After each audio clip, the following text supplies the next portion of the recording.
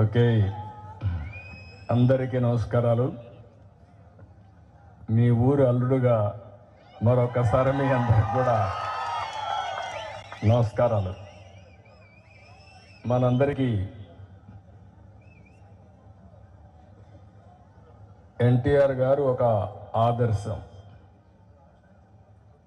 ఈరోజు ఆయన చనిపోయి 27 సంవత్సరాలు అయిపోయి 28వ వర్ధంతి జరుపుకుంటున్నాం. కానీ ఆయన పుట్టి 100 సంవత్సరాలైంది. మొన్నే 100 సంవత్సరాల వేడుకలు కూడా జరుపుకున్నాం. ఇక్కడుండే పెద్దలకు ఆయన గురించి చాలామంది తెలిసి ఉంటుంది. అప్పట్లో చిన్న చిన్న వాళ్ళు ఉన్న వాళ్ళందరికీ, ఇప్పుడు పెద్దవాళ్ళుగా ఉండే వాళ్ళందరికీ. ఆయన కూడా ఒక మామూలు కుటుంబంలోనే పుట్టాడు. ఒక మామూలు రైతు కుటుంబంలో పుట్టాడు.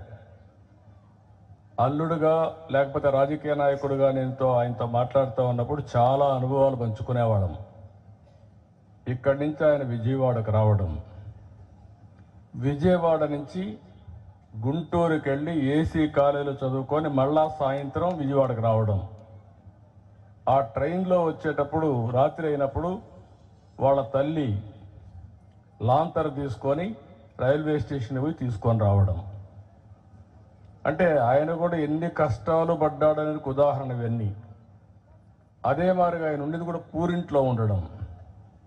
ఒకసారి తుఫాన్ వస్తే ఆ ఇల్లే లేచిపోయే పరిస్థితి వస్తే సెంటర్ పిల్లర్ పట్టుకొని రాత్రి అంతా ఆ పిల్లర్ని అట్నే పట్టుకొని ఉండి ఇల్లు కాపాడుకున్న వ్యక్తి, కష్టపడిన వ్యక్తి ఎన్టీ రామారావు గారు. అక్కడి నుంచి మీరు ఆయన చూస్తే కృషి, పట్టుదల, క్రమశిక్షణ ఆయన ఎక్కడికి తీసుకెళ్ళిందో మనం గుర్తుపెట్టుకోవాలి. సినిమాలు ఇప్పుడు కాదు, ఇంకా భవిష్యత్తులో కాదు, మళ్ళా ఎన్టీ రామారావు గారే పుడితే తప్ప మళ్ళీ ఆ యొక్క పాత్రలు ఎవడు పోషించలేడు, పోషించబోరు కూడా.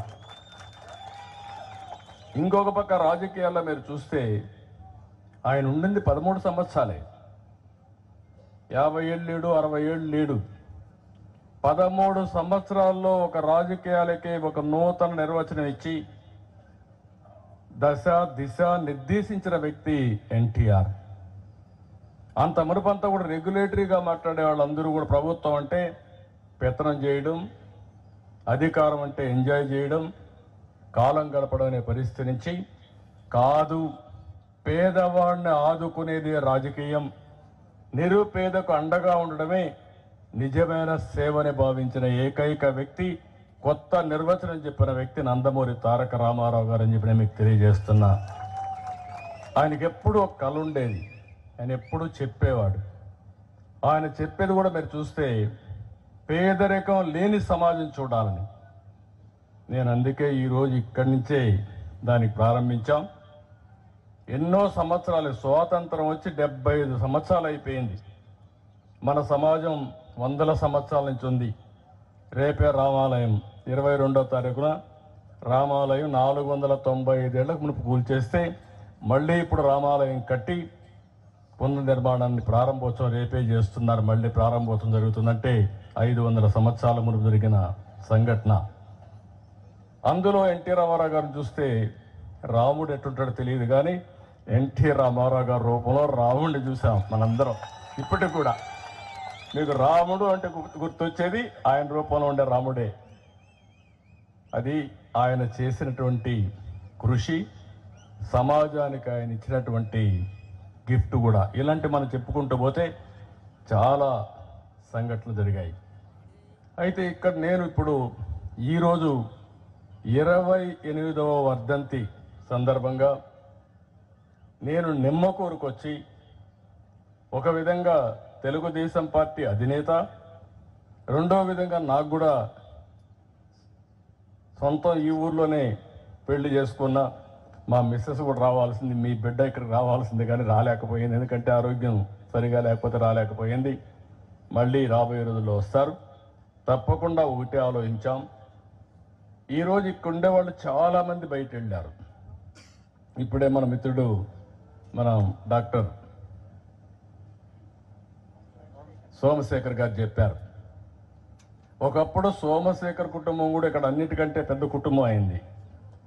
అది కూడా మనం ఒకసారి చరిత్ర ఊరికి అప్పుడప్పుడు మాట్లాడుకుంటా ఉంటే అలాంటి ఆయన కూడా మరి ఎన్టీఆర్ అంతా ఒకే బంధువులైనా ఈ కుటుంబాలన్నీ ఏ ఊర్లైనా సరే లిమిటెడ్ ఫ్యామిలీస్ ఉంటాం.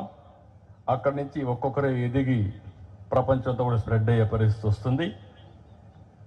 అయితే ఈరోజు ఈ సందర్భంగా నేను వచ్చి 75 సంవత్సరాల్లో చేయలేని పని రాబోయే 20 సంవత్సరాల్లో చేసి చూపించగలిగితే అది ప్రపంచానికి మనం ఇచ్చే నిజమైనటువంటి ఒక విజన్, ఒక సొల్యూషన్. మీరు ఒక్క విషయం గుర్తుపెట్టుకోవాలి.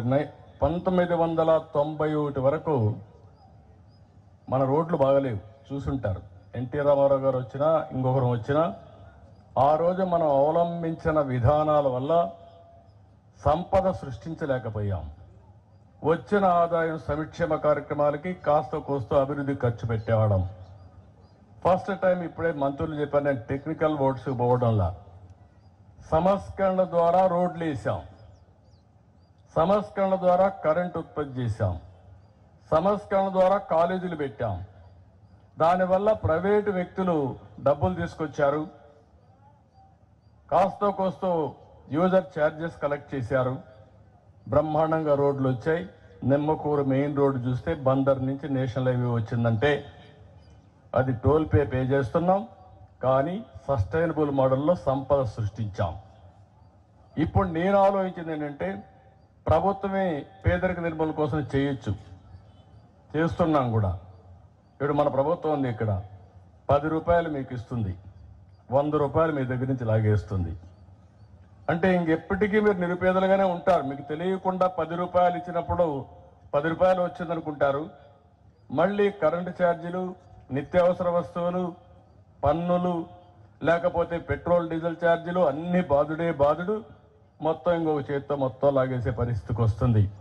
నేను ఆలోచించేది కాదు. సంపద ద్వారా వచ్చిన డబ్బులు నిరుపేదలకి 15 రూపాయలు ఇచ్చి ఆ 15 రూపాయలు 100 రూపాయలు ఎటు చేయాలి, 100 రూపాయలు 1000 రూపాయలు ఎటు చేయాలి, 1000 10,000 ఎటు చేయాలి. తద్వారా మీరు కూడా సంపద ఎట్లా అనుభవించాలో చేసి చూపించాలనేది నా యొక్క నినాదం.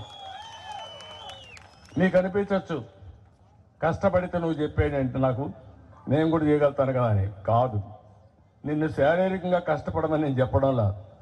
ఆరోగ్యం బాగుండాలంటే ఉదయం 1 గంట లేసి వాకింగ్ చేయాల్సిన అవసరం ఉంటుంది. ఏ వయసులో ఉన్నా ఎంత పెద్దవాళ్ళైనా అది తప్పదు. అంటే బాడీ ఎప్పుడు కూడా శారీరకంగా ఫిట్గా ఉండాలి.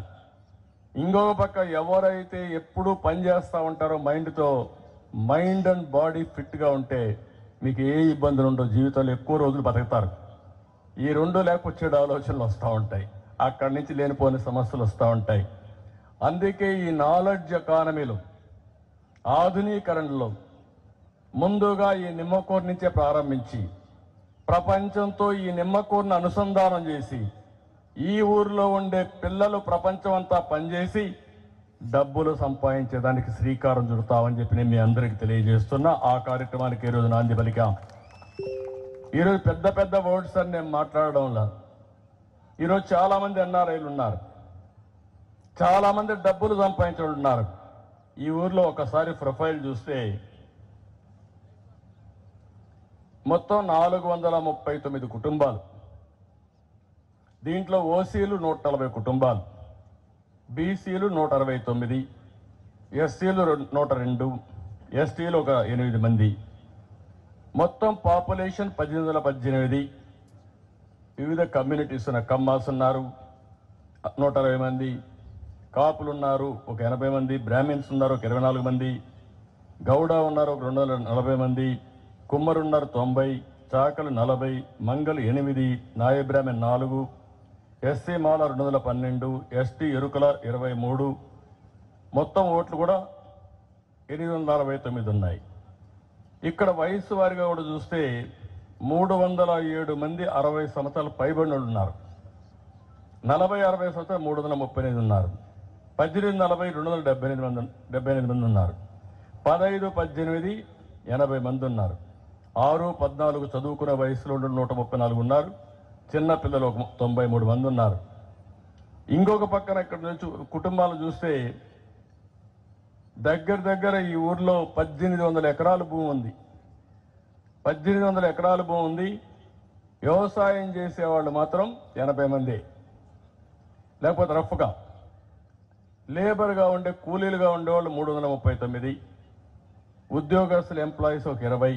ఈ ఊరు నుంచి బయట వెళ్ళిపోయిన వాళ్ళు ఒక 500 మంది ఉన్నారు. దగ్గర 500 మంది వెళ్ళిపోయారు ఇక్కడి నుంచి, ఊరు నుంచి. డాక్టర్స్ 30, బిజినెస్ మ్యాన్స్ ఒక 20, ఎంప్లాయీస్ ఒక 450 మంది. ఈ ఊరు నుంచి వెళ్ళిపోయిన వాడు ఒక్కరొక కుటుంబానికి గైడెన్స్ ఇచ్చి పైకి తీసుకురాగలిగితే పేదరికం ఉంటుందా అనేది మీరు ఆలోచించాల్సిందిగానే మిమ్మల్ని అందరినీ కోరుతున్నా. ఇప్పుడే ఒక మిత్రుడు మాట్లాడాడు, ఇక్కడే ఉన్నాడు. వాళ్ళ అన్నది చెప్పాడు. చెప్పిన తర్వాత ఇప్పుడు ఆయన ఏం బిజినెస్ ఏంటి,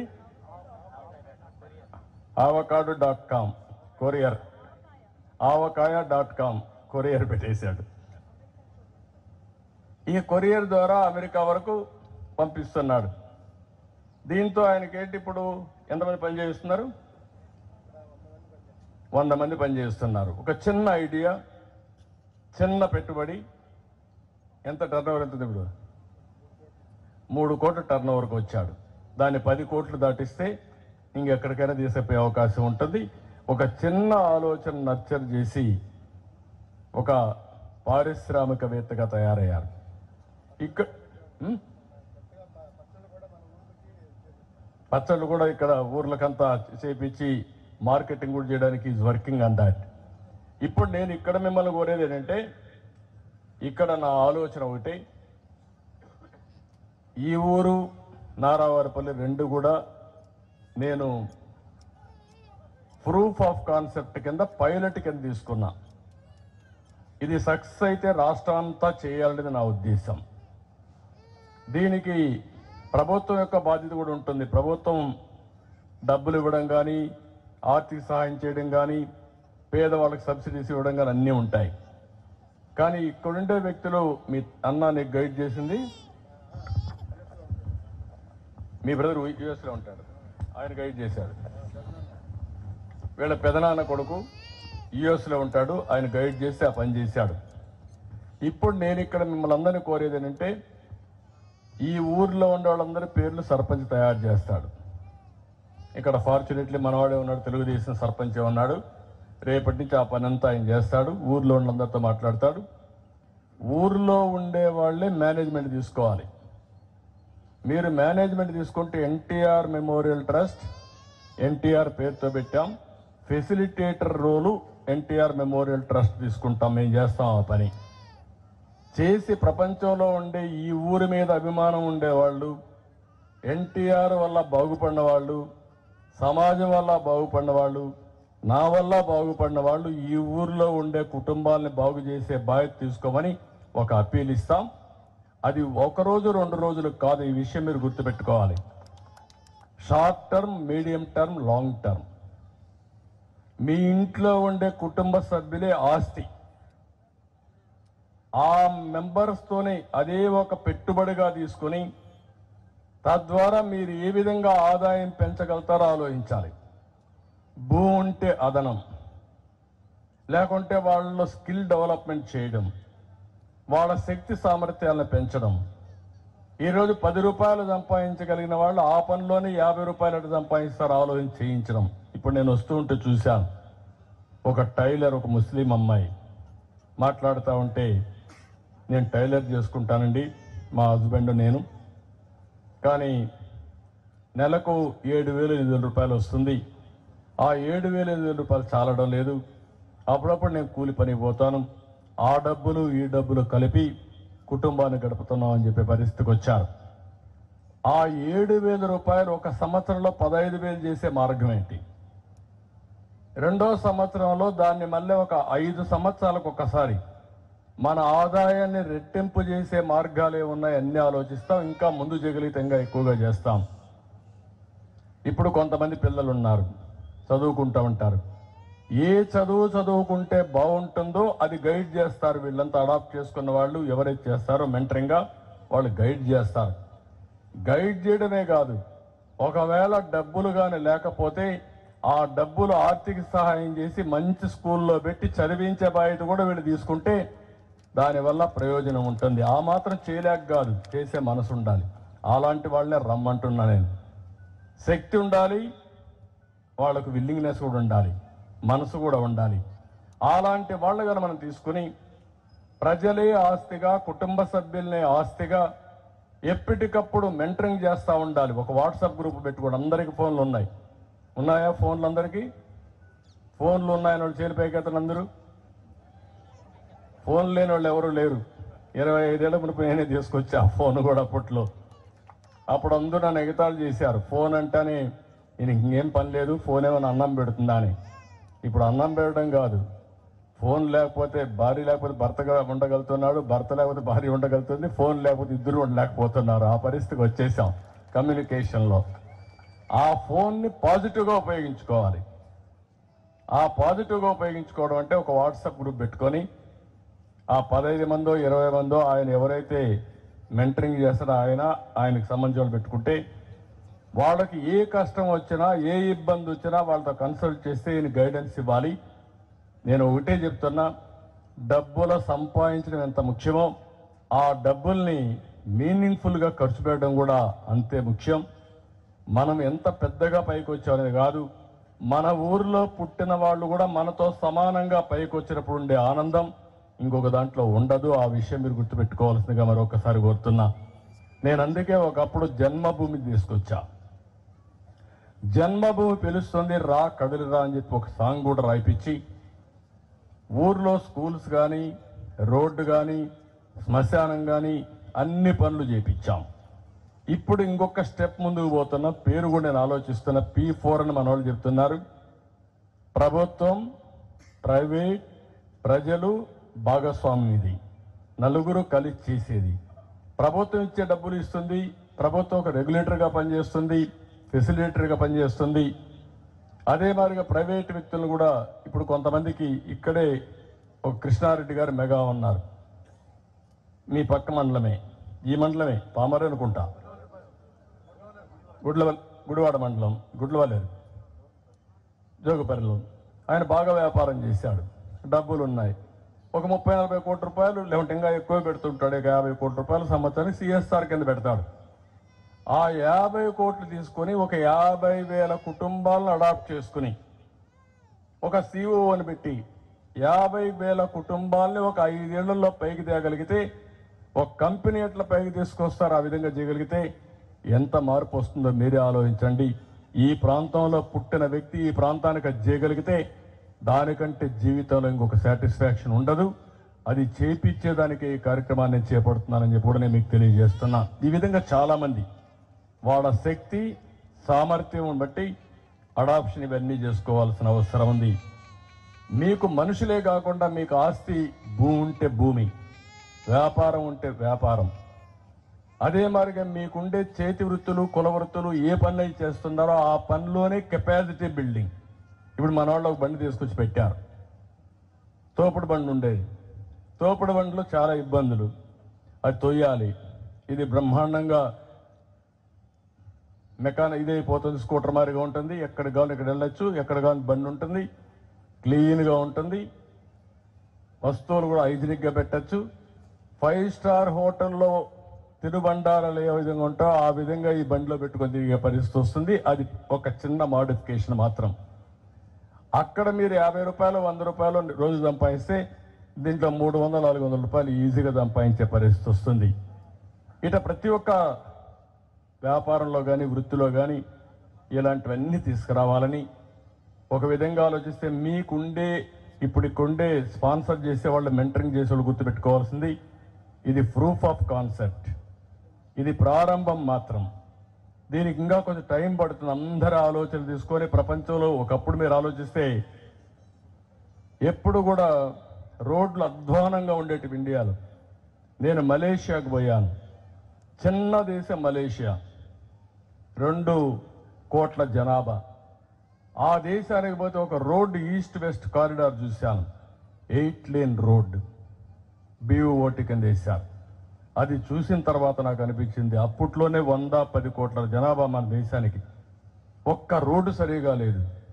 ఆ రోజు ప్రధానమంత్రి వాజ్పేయి గారి దగ్గరికి వచ్చి మనం కూడా ఇలాంటి రోడ్లు వేయాలంటే డబ్బులు ఎక్కువ ఉన్నాయంటే, కాదు ఆలోచన ఉంటే డబ్బులు వస్తాయి, రోడ్డు అవుతుంది, మనం వేద్దామని వేస్తే ఫస్ట్ బిట్ వేసింది నెల్లూరు నుంచి చెన్నై వరకు వేసాం.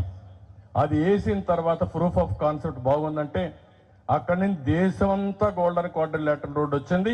ఇప్పుడు ఊరికి నేషనల్ హైవేస్ వచ్చే 2 lane 4 lane 6 lane 10 lane express వేస్ మీరు వేరియస్ వచ్చాయి.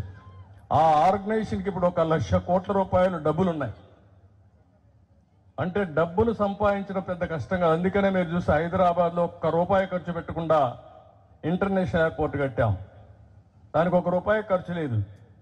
ఒక పాలసీ ఇచ్చాం, green field airport private public partnership.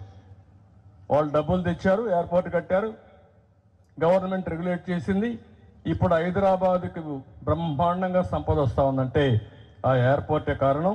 అలాంటి జరిగే పరిస్థితికి వచ్చింది. ఇదంతా కూడా రివర్స్ డబ్బుల్లో మార్కెటింగ్ చేసి యాడ్స్ ఇవన్నీ పెట్టి తిప్పుతా ఉంటే దానివల్ల యాడ్ మనీ అవన్నీ వస్తాయి. అనేక మార్గాలు, 20 సంవత్సరాలు సోలార్ కూడా పెట్టుకోవచ్చు, సోలార్ పెట్టుకుని కరెంట్ కూడా అవసరం లేదు, జలసగా తిరిగే పరిస్థితి వస్తుంది. ఇలాంటి చాలా ఆలోచనలు ఉన్నాయి, అవన్నీ నేను మాట్లాడతాను మళ్ళీ. ఇప్పుడు ఇక్కడ నేను మిమ్మల్ని కోరేది ఏంటంటే, ఈరోజు మనందరం కూడా ఇక్కడ ఉండే వాళ్ళందరూ మీరు ఆలోచించాల్సింది, ప్రతి ఒక్క కుటుంబానికి ఒక విజన్ తయారు చేసుకోవాలి. మీరు వాళ్ళ ఆస్తులు ఏమున్నాయి, మనుషులు ఎంతమంది, ఏ వయసులో ఉన్నారు, వాళ్ళు ఏం పని చేస్తున్నారు, ఆ పని కానీ ఇంకొక పని కానీ చేస్తే వాళ్ళ ఆదాయం ఎట్ట పెరుగుతుంది, దానికి కావలసిన మెళకువలు ఏం కావాలి, స్కిల్స్ ఏం కావాలి, వాళ్ళకి ఎట్లా నేర్పించాలి, అవి మీరు నేర్పిస్తే ఆటోమేటిక్గా వాళ్ళ ఆదాయం పెరిగే పరిస్థితి వస్తుంది. ఆ ఊర్లో పిల్లలు ఉన్నారు, ఇంటర్మీడియట్ చదువుతున్నారు, ఇంటర్మీడియట్ అయిన తర్వాత ఏం చదివిస్తే ఉపయోగపడుతుందో, ఏ కాలేజ్ చదివించాలో మీరు ప్లాన్ చేసి మీ పిల్లల్ని ఏ విధంగా చదివిస్తారో అదే విధంగా ఈ పిల్లల్ని మీరు చదివించగలిగితే అక్కడి నుంచి మీరే చూడండి మార్పు ఇంకా ఆటోమేటిక్గా వస్తుంది. అది జరగాలి. ఇది అయిన తర్వాత ఎందుకు ఎన్టీఆర్ మెమోరియల్ ట్రస్ట్ నేను పెట్టానంటే, ఎన్టీఆర్ మెమోరియల్ ట్రస్ట్ కోఆర్డినేట్ చేస్తాం, మీకు పోటీ పెడతాం, మంచి వ్యక్తుల్ని సన్మానం చేస్తాం, మళ్ళా ఈ ఊర్లో చేస్తాం, అవసరమైతే రాజధానిలో చేస్తాం. ఎప్పటికప్పుడు మిమ్మల్ని గుర్తించి మీరు చేసిన సేవల్ని, మీరు చేసే పనుల్లో బెస్ట్ ప్రాక్టీసెస్ని బయట ప్రపంచానికి కూడా చెప్పి మిమ్మల్ని ముందుకు తీసుకుపోయే పరిస్థితి వస్తాం. అవసరమైతే డబ్బులు మొబైలైజ్ చేయడం కష్టం కాదు, ఆ డబ్బుల్ని సద్వినియోగం చేయడం చాలా ముఖ్యం. ఆ కాన్సెప్ట్లోనే పోతున్నాం. ఇప్పుడే నేను మాట్లాడేటప్పుడు చెప్పాను, వర్క్ ఫ్రమ్ హోమ్ అంటే ఇంటి దగ్గర నుంచి కూర్చొని ప్రపంచం అంతా పనిచేయడం, బోరు కొట్టినప్పుడు వర్క్ స్టేషన్స్ పెట్టడం, ఇంటి దగ్గర కాకుండా అక్కడ పోయి మంచి గార్డెన్లో మంచి ఏసీలన్నీ కూడా పెట్టి శుభ్రంగా అక్కడ పనిచేసి అక్కడే ట్రైనింగ్ కూడా పెట్టి కాఫీ టీ భోజనాలన్నీ ఉంటాయి. కావాలంటే సోషల్ లైఫ్, మనిషి ఎంతో పైన ఇంట్లోనే కూర్చుంటే బోర్ కొడుతుంది, అలాంటప్పుడు అక్కడ పోయి కసో పని చేసి వస్తే 10 మందితో కలిస్తే రిలాక్స్ అవుతారు.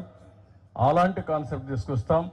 అక్కడి నుంచి ఇంకా బాగా నేర్చుకొని స్కిల్స్ పెంచుకొని కెపాసిటీ బాగా పెరిగితే మంచి నాయకత్వం వస్తే ఆయన హైదరాబాద్ పోవచ్చు, బెంగళూరు పోవచ్చు, ఎక్కడికి కావాలంటే పోయే అవకాశం ఉంటుంది. మిమ్మల్ని మోటివేట్ చేసే బాధ్యత, మిమ్మల్ని అనునిత్యం మెంటరింగ్ చేసే బాధ్యత వీళ్ళు తీసుకుంటారు. వీళ్ళని కోఆర్డినేట్ చేసే బాధ్యత ఎన్టీఆర్ మెమోరియల్ ట్రస్ట్ తీసుకుంటాం. రాఘవరావు గారు ఆ రోజు మంచి హాస్పిటల్ పెట్టారు అందరూ కలిసి. ఇప్పుడు బాలకృష్ణకు అది హ్యాండ్ ఓవర్ చేసాం అందరం కలిసి. ఆయన బ్రహ్మాండంగా చేస్తున్నాడు. ఆయనే కూర్చోవడంలా, ఆయన సినిమాలోనే యాక్ట్ చేస్తున్నాడు, మేనేజ్మెంట్ చైర్పర్సన్గా ఆయన ఉన్నాడు. నేరుగా వెళ్ళి నెలకొకసారి మీటింగ్లు పెట్టి మంచి సీఈఓని పెట్టి ఆ సీఈఓ మొత్తం పనులు చేస్తున్నాడు. వచ్చిన తక్కువ ఛార్జ్ చేస్తున్నారు, అన్ని హాస్పిటల్ కంటే బ్రహ్మాండమైన సర్వీస్ ఇస్తున్నారు. ఇంకొక పక్కన 10 రూపాయలు మిగలబెట్టి ఫ్యూచర్ ఎక్స్పాన్షన్ కూడా ఖర్చు పెట్టే పరిస్థితికి వచ్చారు.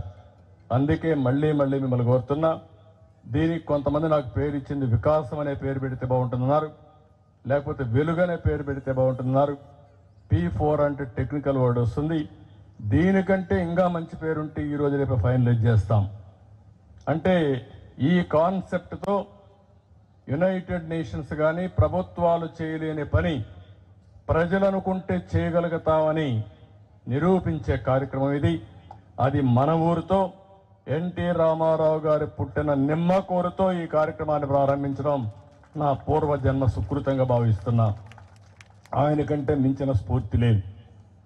ఎవరన్నా వచ్చి ఎన్టీఆర్ విగ్రహం ఒకసారి చూసుకొని దండం పెట్టుకొని అక్కడి నుంచి సంకల్పం చేసి పనిచేస్తే ఎన్టీ రామారావు గారు అంత వ్యక్తిగా లేకపోయినా ఆయనలో సగమైనా మీరు జీవితంలో మ్యాక్సిమం సాధించినట్టు అవుతుంది. ఆ స్ఫూర్తిని మీరు ఒకసారి తీసుకోగలిగితే ఏదైనా సాధ్యం. దానికి కారణం ఎన్టీ రామారావు గారని కూడా నేను మీకు తెలియజేస్తున్నా. ఇది నేను ఇప్పుడే చెప్పాను మీకు అందరికీ. ఊరికే మాటల్లో చెప్పేసి ఈరోజు చెప్పేసి వెళ్ళిపోవడం కాదు. ఈ ప్రాజెక్టు సక్సెస్ అంటే జయప్రదమైందా లేదా అంటే ఈరోజు మీ తలసరి ఆదాయం 2,000 రూపాయలు అందరూ ఊర్లో ఉండే వాళ్ళందరూ ఆదాయం కలుపుకొని ఫర్ హెడ్ ఎంత ఆదాయం వస్తుంది? 2,000 రూపాయలు. ఒకరికి 10,000 రావచ్చు, ఒకరికి 1,00,000 రూపాయలు రావచ్చు, ఒక ఆయనకి 1,000 రూపాయలు రావచ్చు. అలాంటి ఆదాయం అంతా కలుపుకుంటే ప్రతి సంవత్సరం మానిటర్ చేస్తాం. ఈ సంవత్సరానికి రాబోయే సంవత్సరానికి ఎంత పెరిగింది, వ్యక్తిగతంగా ఎంత పెరిగింది, సమాజంలో గ్రామంలో ఎంత పెరిగింది, ఇవన్నీ వర్కౌట్ చేస్తాం. దాన్ని మెజర్ చేసుకొని ఎవరైతే మెంటర్ చేస్తున్నారో వాళ్ళు అవలంబించిన బెస్ట్ ప్రాక్టీస్ కూడా తీసుకొని ముందుకు పోతామని చెప్పి కూడా నేను మీకు తెలియజేస్తున్నా. నా ఆలోచన ఒకటి, థింక్ గ్లోబలీ, యాక్ట్ గ్లోబలీ. ఎక్కడున్నారో నిమిత్తం అది పెద్ద ఇష్యూనే కాదు. మీరు అవసరమైతే నిమ్మకూరులో కూర్చొని ప్రపంచం మొత్తం సేవలు అందించే కంపెనీ ఈ ఊరు నుంచే స్టార్ట్ చేయొచ్చు. అది సాధ్యం. అది చేయడం కోసమే ఈ కార్యక్రమానికి శ్రీకారం చుట్టాం. పని చేయాలంటే పని చేయొచ్చు, కంపెనీ పెట్టాలంటే కంపెనీ పెట్టచ్చు. అవసరమైతే మీరు ఇక్కడే కాదు ఇక్కడికి వచ్చిపోతూ ఉంటాం. హైదరాబాద్లో ఉంటామంటే హైదరాబాద్లో ఉండొచ్చు, అమరావతిలో ఉంటామంటే అమరావతిలో ఉండొచ్చు. అలాంటి నూతనమైన కాన్సెప్ట్ కోసం ఈ రోజుని స్టార్ట్ చేశాం. నా జీవిత ఆశయం ఒకటే, పేదరికం లేని సమాజం చూడాలనేది నా జీవితాశయం. సంపద అనేది కొంతమంది చేతుల్లోనే ఉండి ఆ సంపద అంతా కూడా దుర్వినియోగం అన్నగాని ఉపయోగపడకుండా ఉండడం సంపద కాదు. కొంతమందికే పరిమితం కావడం సంపద కాదు. అందుకని అందరూ కూడా పేదరికంలో బాధపడతా ఉంటే కొంతమంది లక్షల కోట్ల రూపాయలు వాళ్ళ పేర్లతో పెట్టుకొని వాళ్ళు మాత్రం విలాసవంత జీవితంలో ఉండడం కరెక్ట్ కాదు. అందుకే మొదటి విడత పేదరికం లేని సమాజం, 2 పేదవాళ్ళని ధనికులు చేసే కార్యక్రమం.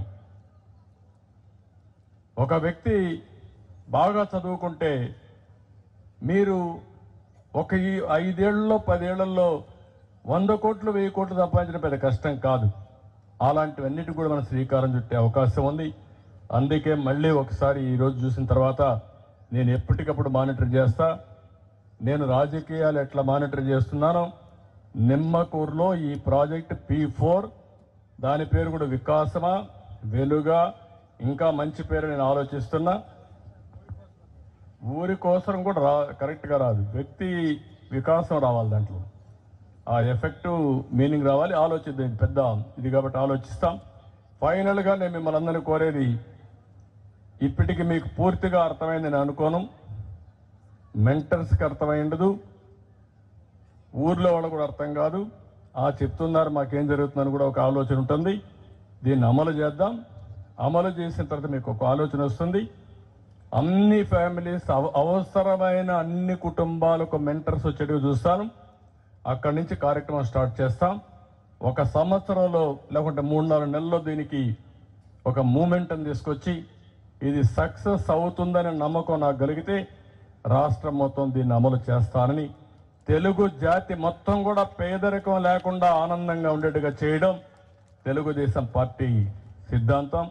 అదే ఎన్టీ రామారావు గారు మనకిచ్చిన ఆదేశం. ఆయన సిద్ధాంతానికి అనుగుణంగా దాన్ని అమలు చేసే బాధ్యత తెలుగుదేశం పార్టీ తీసుకుంటామని మరొక్కసారి మీ అందరికీ తెలియజేసుకుంటూ, అది ప్రారంభం నిమ్మకూరు.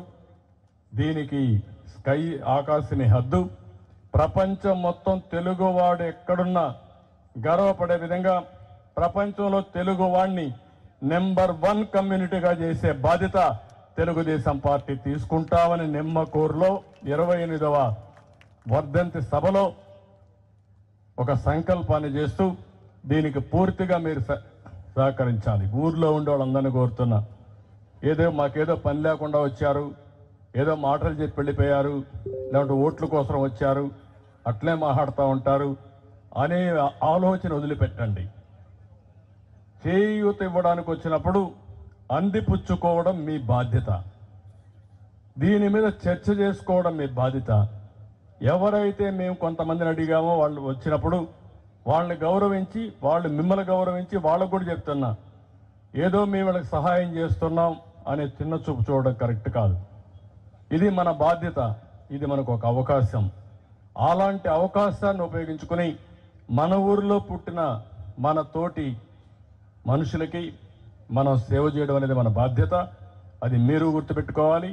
గ్రామస్తులు కూడా మీ పిల్లల్ని చదివించాలనుకున్నప్పుడు ఏదో పర్వాలేదులే, ఈరోజు చదివించకపోయినా పర్వాలేదు, లేకుంటే కూలి పని చేసుకుంటూ 100 రూపాయలు వస్తుంది, వీళ్ళు కావాలని చెప్తున్నారు అనే ఆలోచన వదిలిపెట్టి మీ పిల్లల భవిష్యత్తు, మీ భవిష్యత్తు బాగుండాలంటే ఏం చేయాలనో దానికి గైడ్ చేసే బాధ్యత, పూర్తిగా ఆదుకునే బాధ్యత, సహాయం చేసే బాధ్యత నేను చేస్తాను. దీన్ని అందిపుచ్చుకునే బాధ్యత మీదని చెప్పి మరొకసారి మీకు తెలియజేసుకుంటూ, ఇది గ్రామస్తులపైన ఎక్కువగా ఉంటుంది. గ్రామస్తులందరూ మేము చేస్తామని గట్టిగా చప్పట్లు కొట్టి హర్షాన్ని ఆమోదాన్ని తెలియజేస్తే నేను ముందుకెళ్తాను. దీనివల్ల మీకు లాభం ఉంటున్న గ్రామస్తులు మాత్రం చెప్పండి, లాభం ఉందంటే చెలిపైకెత్తండి.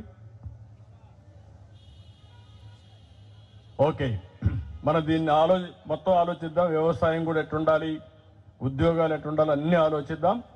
ఆలోచించి ఒక ప్రణాళిక తయారు చేద్దాం, దాన్ని అమలు చేద్దాం. కాబట్టి మీరందరూ కూడా దీన్ని అమలు చేయాల్సి కోరుతూ,